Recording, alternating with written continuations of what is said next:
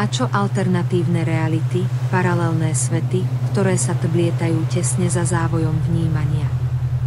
V kvantovom multivesmíre každá voľba, každé rozhodnutie plodí novú vetvu na strome existencie, vytvárajúc tapisériu paralelných realít, ktoré sa odvíjajú v nekonečných dimenziách.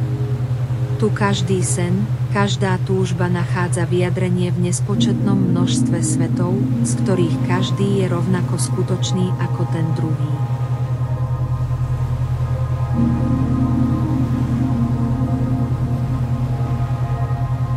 Vo veľkolepej tapisérii existencie, kde častice víria a zrážajú sa vlny, objavujeme načasovú pravdu, že nie sme len pozorovatelia, ale tvorcovia reality samotnej. Prostredníctvom sily zámeru, sily predpokladu, ovládame kozmický štetec a maľujeme svoje túžby na plátno existencie.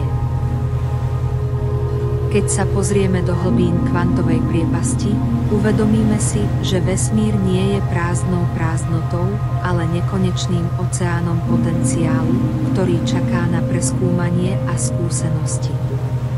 V kvantovej sfére je všetko možné, pretože tu, v ríši nekonečných možností, sme my sami tvorcovia svojich realít. Predstavte si časticu suspendovanú v stave superpozície, existujúcu vo viacerých stavoch súčasne tu a tam, teraz a potom. Až keď pozorovateľ zameria svoju pozornosť, častica si vyberie svoju cestu, ktorá sa manifestuje ako častica alebo vlna v závislosti od pohľadu pozorovateľa. Toto je podstata efektu pozorovateľa, kde sa vedomie prepletá s kvantovým poľom a formuje vývoj udalostí. Kvantové pole reaguje na zosúladenie našich myšlienok, presvedčení a zámerov s požadovaným výsledkom a riadi konvergenciu udalostí, aby sa naše želania naplnili. Predpokladať pocit splneného želania je kľúčom, ktorý odomkne dvere k manifestácii, kolabuje vlnovú funkciu pravdepodobnosti a uvádza naše túžby do reality.